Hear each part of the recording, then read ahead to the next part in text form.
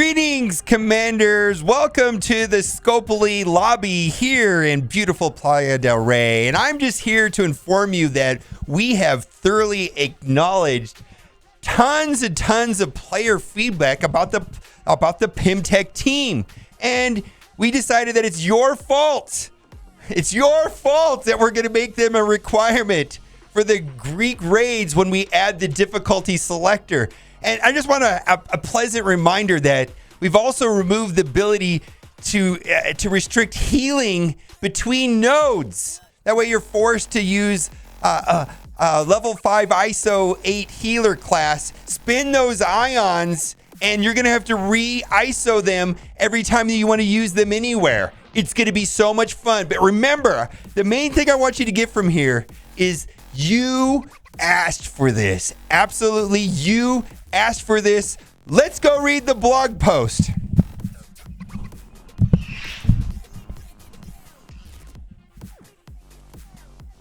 I'm a little bit salty about this blog post, man. And we're going to get into it here.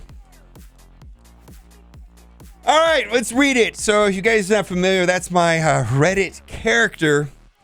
Community manager Whip. Wail harder, you peasants.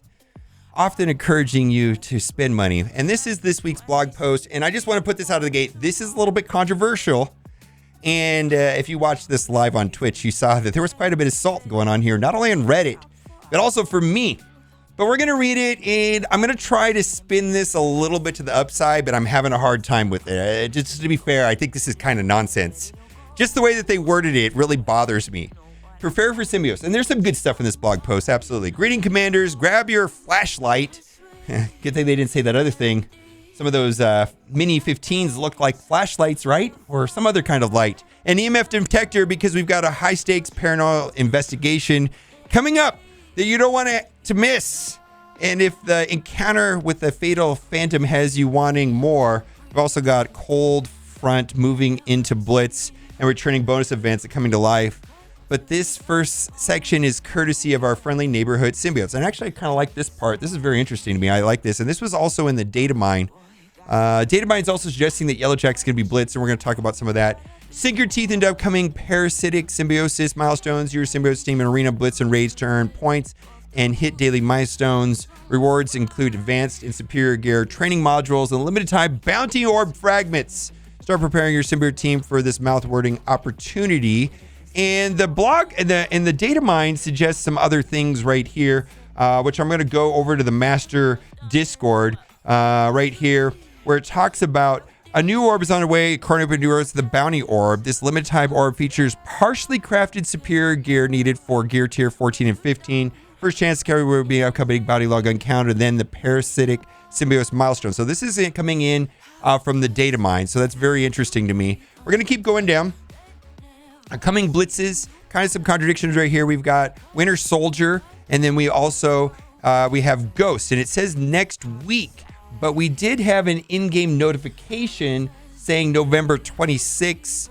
I'm not sure how that means, but if it next week would be the 19th, and then after that would be the 26th, maybe there's going to be one on the 19th and the 26th. Datamine also suggests, and Datamine is subject to thing that Yellow Jacket is going to be a Blitz character always. Now, every character does have a Blitz like tag, so sometimes or a Blitz announcement. So this may not be 100%, but the way that this reads like an in-game notification. So I believe this to be accurate. That I feel comfortable saying that Yellow Jacket is going to be a Blitz release character. Now, before I go back to the blog post and we get to the salty part, which I know you want to hear my thoughts on. Versus battle update. New test is coming in real-time matches. Restricted versus battles. Featured versus battle mode will now block the use of specific characters. Restricted mode now available in the event section.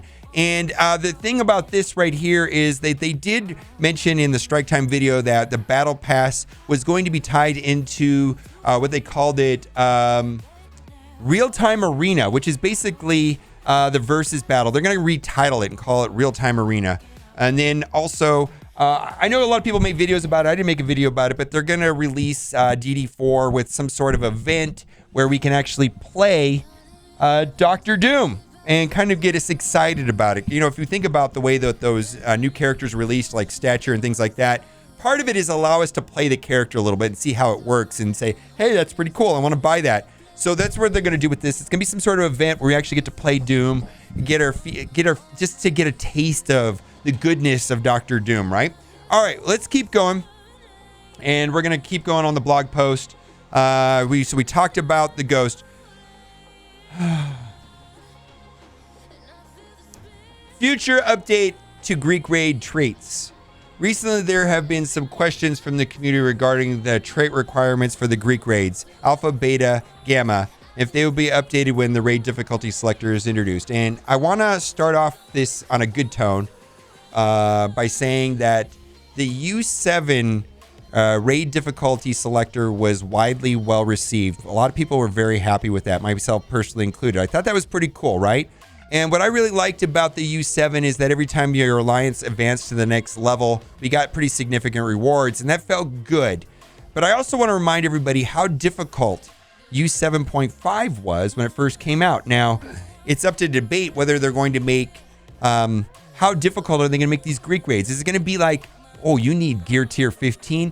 So my question is where is this going to be tuned?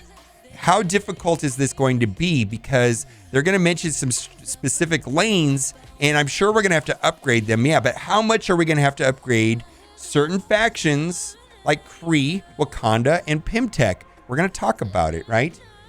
Simultaneously, we've been reading some player feedback, and I really wish they hadn't have put this in here because this makes it seem like we asked for this, and I promise you we did not ask for this. What we're asking for is we said that why can't Pym Tech have... why do they all of the bonuses have to be Dark Dimension specific? That's what we were saying. And instead of, they're trying to twist that into like, wow, we're going to let you use them in Greek raids. Well, we're being forced to use them, and I'll explain why. Been reading some player feedback on the Pym Tech team. I wish they would have just left this out of the blog post because it makes it seem like we asked for this. We didn't ask for this. Which acknowledges they are a powerhouse team in Dark Dimension. It'd be nice for them to have tags everywhere else. That's not what we said. We didn't say this. Nobody said this. We wish the tags were not just specific to Dark Dimension. Somehow they interpreted that as have some additional value in other game modes, is taking action on both these pieces of feedback in one stroke by forcing us to buy Pym Tech. That's the way it should have read. We're now seeing future changes in the Greek raid trait requirements after the raid difficulty selector has been implemented. Nodes that currently Hand plus Kree will become Kree plus Pym Tech. And we're going to come back to this. Nodes that are currently Kree plus Ravager will become Pym Tech plus Wakandan. And then nodes that are currently Hand, Kree, and Ravager will become Kree, Pym Tech, and Wakandan. We're targeting the change mid-December, always with future features subject to change. Thank you. There's provided feedback on these topics. Okay.